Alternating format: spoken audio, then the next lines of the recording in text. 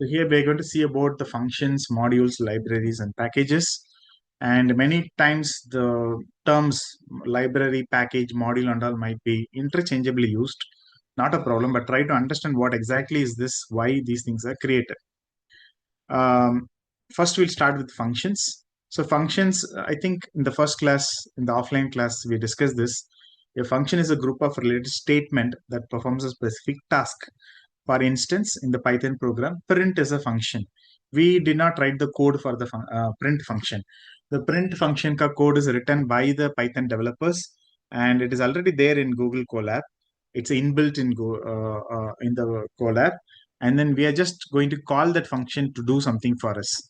The print function will just print whatever we ask the program to print. The program for print we did not write. It is already inbuilt, written by the developers, and it is already inbuilt. Okay, so generally a function in a Python is a group of statements. Statements is each and every line in a Python program is called as a statement, and that statements are clubbed together and put as one function.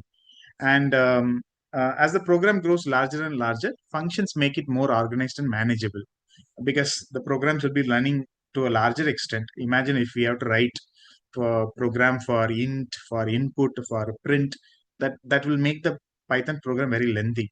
So what they do, the group of, repeatedly used tasks which are collected and put as one bundle, and that they call it as a function, and they name it also.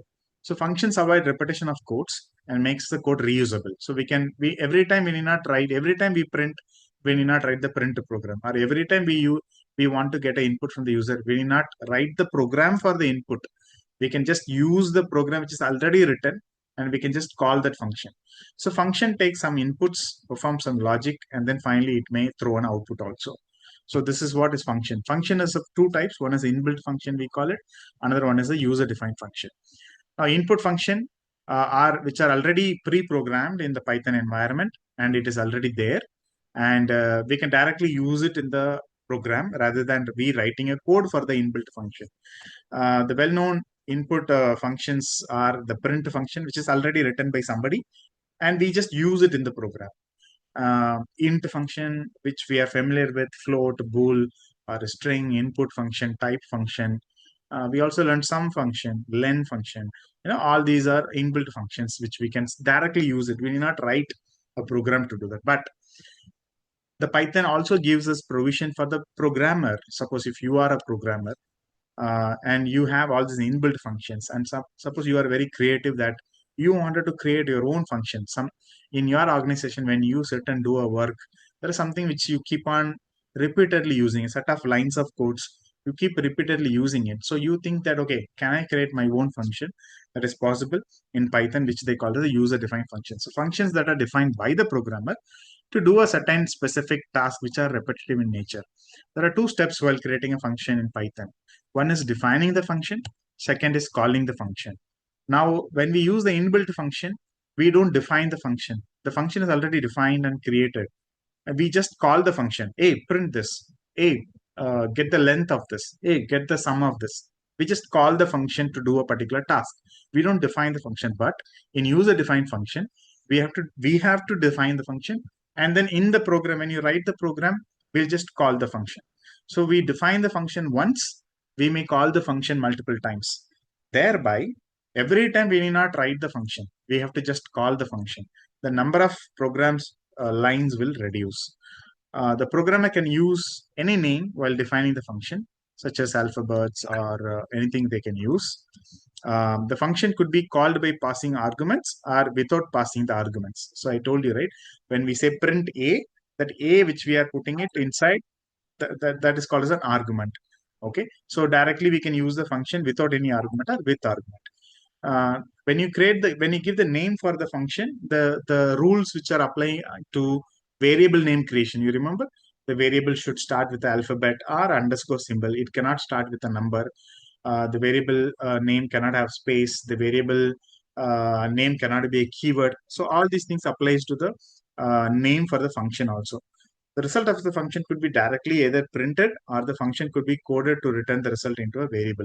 Either we can directly print the output of that function, or we can assign it to another variable and use it in another program line. And then we have the modules. Modules are collection of related functions. Say for example, you have a module. I mean, these words module, library, package are all interchangeably used. There is a library called math library. So all maths related functions are written, and then it's all stored in this math library or math module. So all the related functions, say for example, if you're a mathematician and you wanted to use Python for your calculation, then you need not write all the mathematical functions. Somebody has created all these functions, and then they grouped it as one particular folder. Imagine in our laptop, what we do is we put all the related files and we put it in a folder. Say for example, you have a course on Python, so all the Python related files you put it in one Python folder. You have a course on AI/ML, so all the AI/ML files you collected, you put it in a folder called AI/ML. So similar to that, all the related functions are collected and it is put it as a one box called as, say, modules. So modules allow larger program to be broken down. Um, each module defines a clearly specified capability. Modules are individually developed, tested, and integrated. Example, there's a math module or a random module. There's a package. The package is collection of all related modules. I mean, in Python, there is we have bigger library and packages called, say, for example, there's a matplotlib. All the plotting, like charts, if you want to plot the charts, different types of charts, all these, modules and packages are, functions are put together as one matplotlib library, or it may also be called as a package. So all the related modules they collect, they put it as one package. So modules that are related to each other are mainly put in the same package. When a module from an Excel package is required in a program, that package needs to be imported and then it has to be used. Say, for example, there is a date and time. So from date time, import date. So date is a particular, module which we try to import it from a package called datetime. So from datetime, import date, and then we say print date dot today. Today is a function which is inside the date module. So today function will print today's date. Now this today function, it is not inbuilt in Python. If you simply directly put in Python Colab, if you put print date dot today, it will not understand, because the function today is not inbuilt in Python. It is built inside a module called date, which is inside the package called datetime. So from datetime, import date, and then print date dot today. The today has got a parenthesis, right? So I told you any function will have parenthesis. So from the dateka module, we import the function today and then we print it. Okay, so this is how the things are arranged. The library is a bigger one. Say, for example, if you go to our library, you have books on, say, supply chain that is put in one particular shelf. And if you look at the entire rack, that will all speak about, say, for example, it speaks about international supply chain logistics, that rack. But if you put that entire room, that will speak about MBA books. If you take that entire library, that is called as a PG library. So same way, all related functions are put together as called modules. All related modules are put together as something called as packages. All related packages are put together as something called as a library. So suppose you are a game developer. There are certain libraries which are used to develop games. In that library, you will have certain modules related to, say, editing audios, certain modules related to editing videos, certain modules related to editing, I mean, giving some special effects, something like that. So you can use, if you are well familiar with that particular library, you can use Python to develop games. Okay, it's like that. So there are different libraries which are available. Common, very famous library: TensorFlow, Matplotlib, Pandas, NumPy, SciPy, Scientific Python, ScrapPy for internet, Pygame for game developers, PyTorch, PyBrain. There are different libraries available. If you are a mathematician, there are libraries. If you are a science person, there are libraries are available. So what the programmer developers have done is, whichever domain you belong to, for you, what are the specific functions that are required, which you might be using it repeatedly. All these functions, they write a program, put it as modules or libraries. They put it as a package, they give it to you. So you might be a biological scientist. You need not require Pygame because you're not a game developer. So you might have to find out what library you have for biological scientist. That library you need to familiarize. If you can import that library to a Python environment, all the functions which are inside that library you will be able to use, and you can run some simulation or some research using those programs. Because of this feature, Python is very popular. Whichever domain you are, you don't even know programming, not a problem. Python is English like, and only thing is you need to know which library you require. You import that library, use English like code, and then you are able to develop. You are able to use Python for you. So in order to create your own defined functions, there are particular steps which we need to follow. There is syntax rules. Okay, every function starts with the keyword def definition. This is a function definition. Def. Every function should have a name. No spaces, no special characters. The name of the function cannot be same as the inbuilt function, same as variable. Every function may or may not have arguments to pass. Every function should end with a colon. Every function may or may not return a value. To return a value, the return keyword is used. So here is the syntax of the user-defined function. So anywhere in a program, if you come across this keyword called def, that means that's the definition of a function. So def, the name of the function, parenthesis, any function will have parenthesis, it will end with a colon. Okay, inside that argument, which is optional, we may pass a value or a variable to that. And then inside the function, there is an indentation. All those codes which you write inside the indented function, all those codes which belong to that particular function. And then finally, the return value is optional, or directly you will end the function. So this is the syntax for defining the function. Is that clear? Function definition, any doubts? No, sir. Okay, using this again, there are various applications, the programs which I have already, I have created some functions, but I do not know whether that much depth is required for you because of time. I'm just finishing it off with the theory itself. Another in the syllabus is the variable scope. Okay, variable scope, we need to understand it. I'll simplify it for you, and then I'll show you some example also. Name of the objects might include a lot of objects such as variable name, function name, module name, or a library name. All these are called objects in Python. A namespace is a container. Imagine, visualize it as a container where names are mapped to objects. So, I mean, you have different objects, functions, modules, libraries. And the namespace is a container where all these objects are assigned a name. Like a newborn child is born, and you assign a name to that particular child. Okay, this is Jenin, this is Anusha, this is Arya. So a namespace is a container where the objects are mapped with a particular name. They're used to avoid confusions in cases where same names exist in different namespaces. So namespace is like, say for example, in section A there is say for example, in section A there is a Priya. Section D also there is a Priya.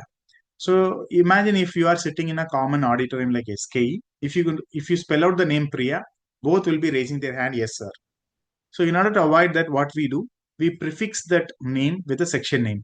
Section A Priya, if I call only section A Priya will raise the hand. If I say section D Priya, only section D Priya will raise the hand. It's a simple common sense nomenclature. Same way, when you have multiple namespaces, we try to prefix the name of that namespace in order to avoid the confusion. Okay.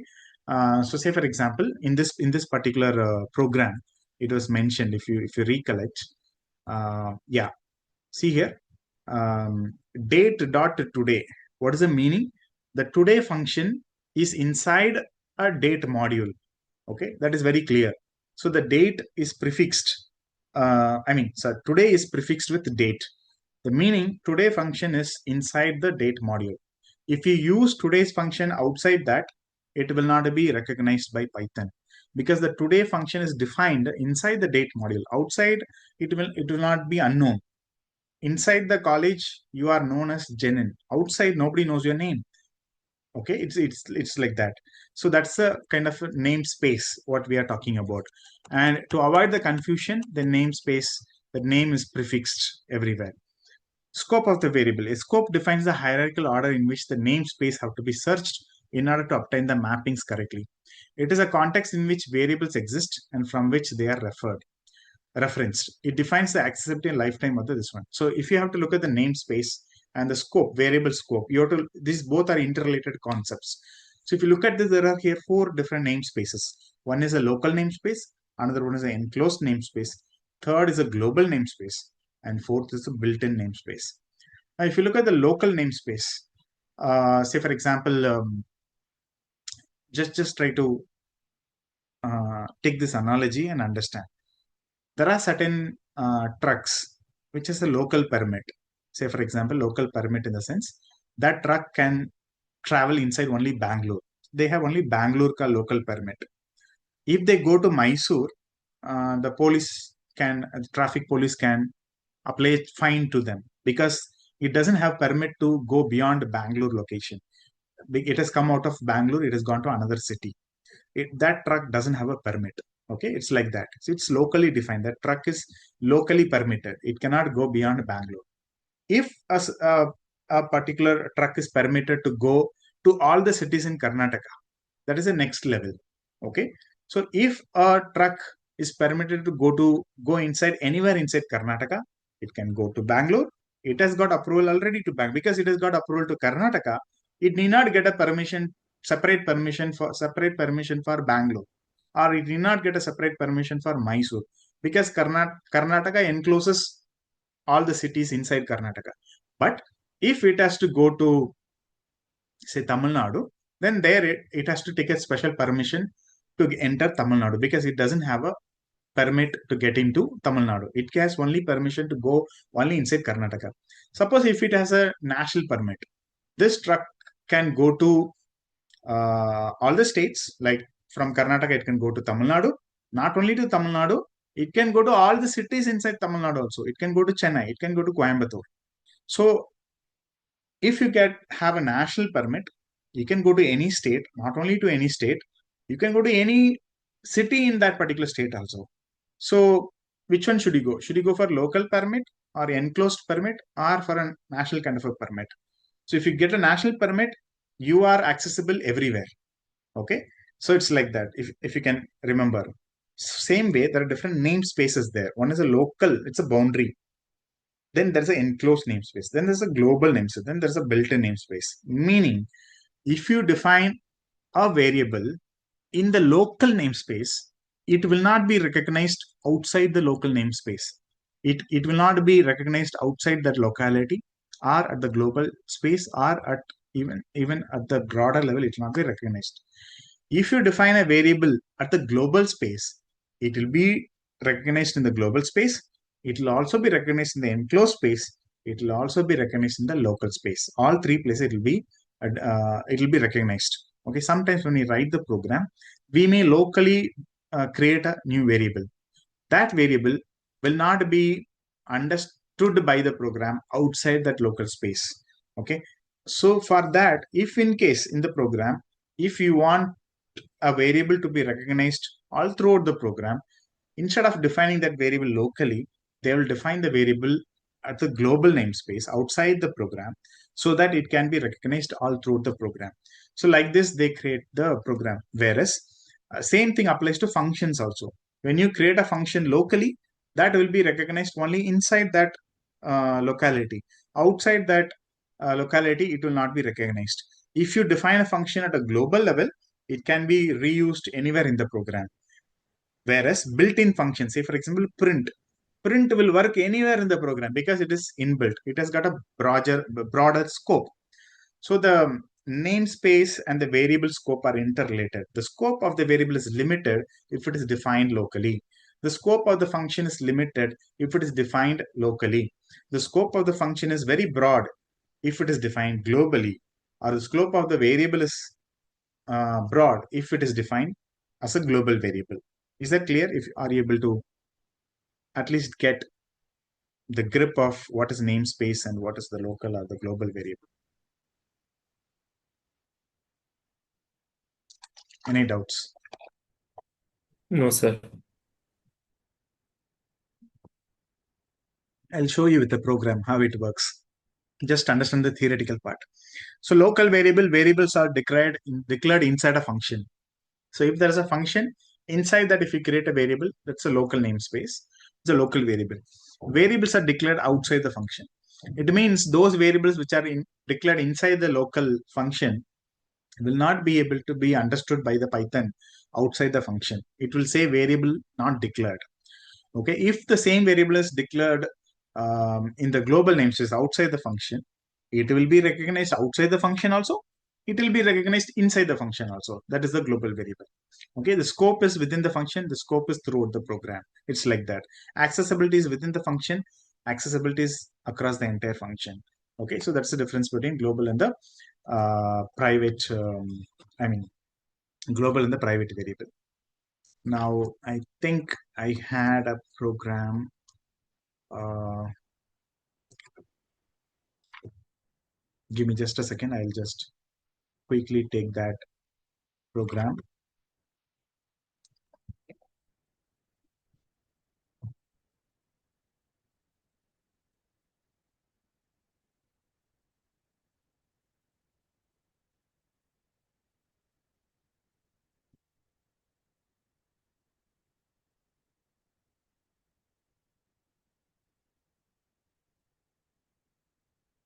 Yeah. So here on your screen, I have created a function. So see, do you remember the syntax for creating a function? It will start with the keyword def. Now def add is the name of the function.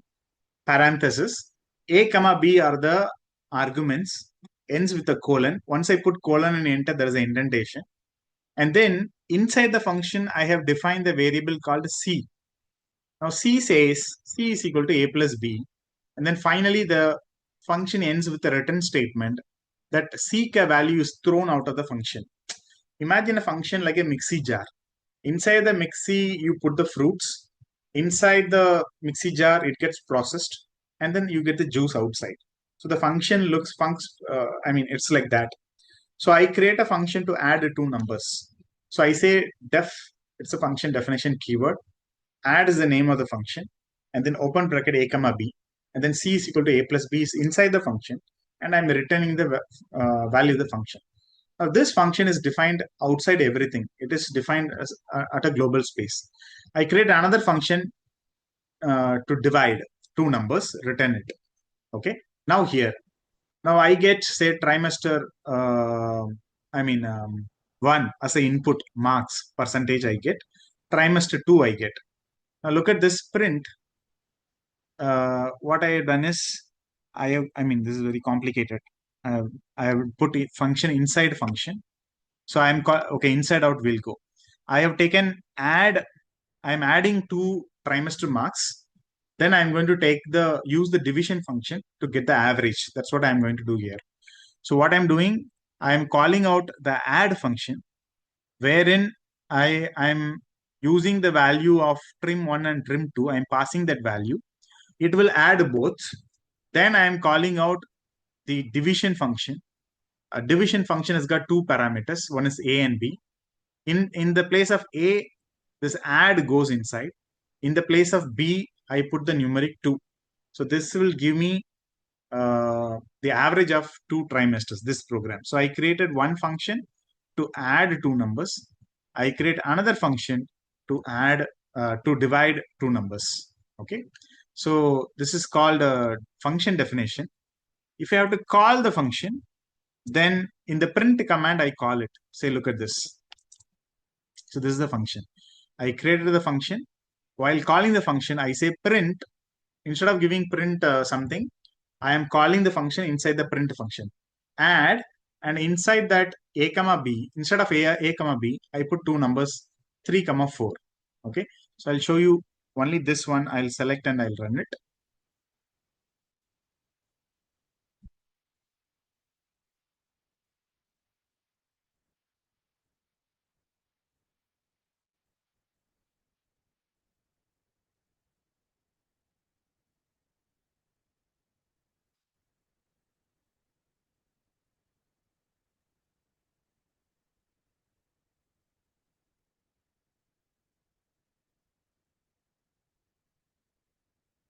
The internet is slow.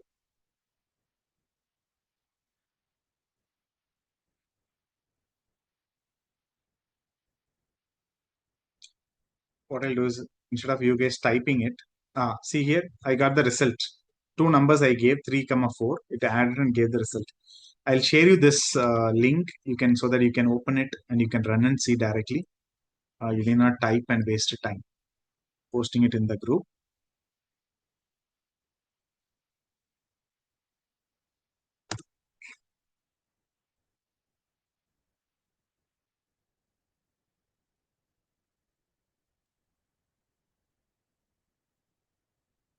Yeah, if you come down of that program, I have explained the variables on my screen.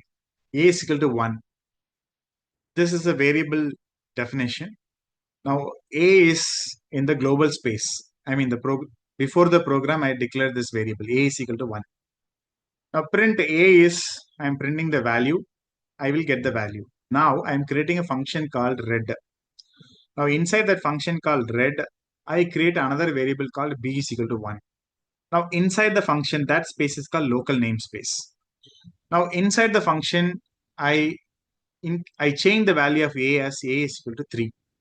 Now, the value which I created A is equal to 1, which is in global space.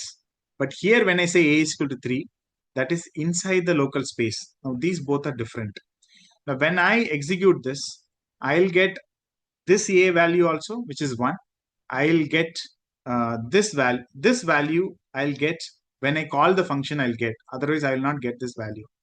Because this value is declared inside the function. Whenever this function is called, only then this value A will be printed. Otherwise, the value of A will remain as A only. Okay. Whereas this value of B is equal to 1 is declared inside the function.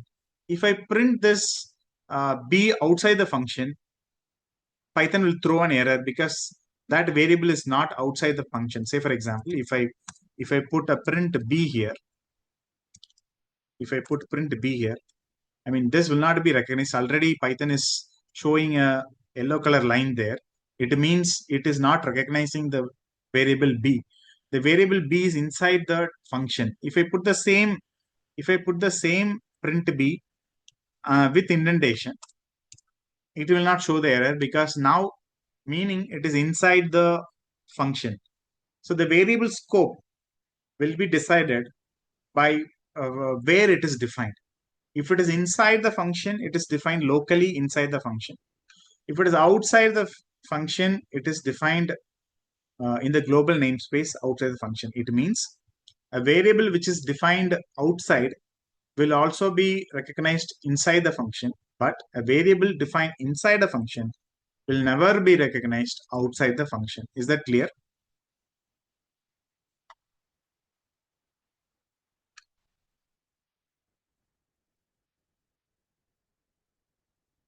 Yes or no?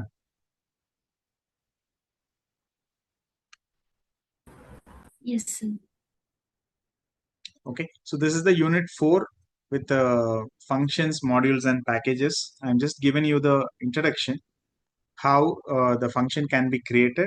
What's the difference between function, modules and stuff. I'll just show you how to import a library into Python. Say, for example, the most commonly used Python library is the Pandas library. We'll create 3 lists using Pandas library. So click File, New Notebook. Click File, New Notebook. Okay. So we'll see how to import a library into the Python environment. So import Pandas. Usually they abbreviate it just because whenever you use the function inside Pandas, I told you we have to use the function name followed by, the library name followed by the function name. Section A, Priya. So same way, we have to use the function name, library name followed by the function name.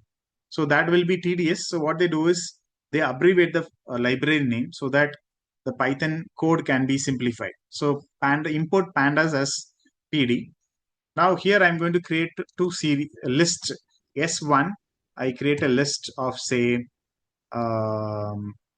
say 23, 24, 25, 26, 27. This is the list. Then S2, another list I create. Say another list I create. Say for example, Joe's. This is strings, so I put it in a double quotes. Joe's, Rose, Bose, say Sam, Ram. Okay, so 5 names. Okay, so I have one list with the age actually, the another list with the name. So 2 lists we have. So now what we can do is, using this, I'm going to create a dictionary. Okay, I'm going to create a dictionary, and I'm going to combine this uh, into a key value pair. Do you remember key and value? Like that I'm going to compare it. So when you want to create a dictionary, so say for example, I'm going to create a dictionary called name. Okay, dictionary, we have to create it using the, what is that, curly bracket, and then I'm going to use the name as the key followed by the value as the age. So I put Joe's colon 23 comma. Okay, see the, I mean, Python is prompting me to do it. I just need to press the tab, it will create it for me. Okay, so here Python has created it like kind of a dictionary, and it is converting this into series. See, look at this. S3 is equal to pd.series S1.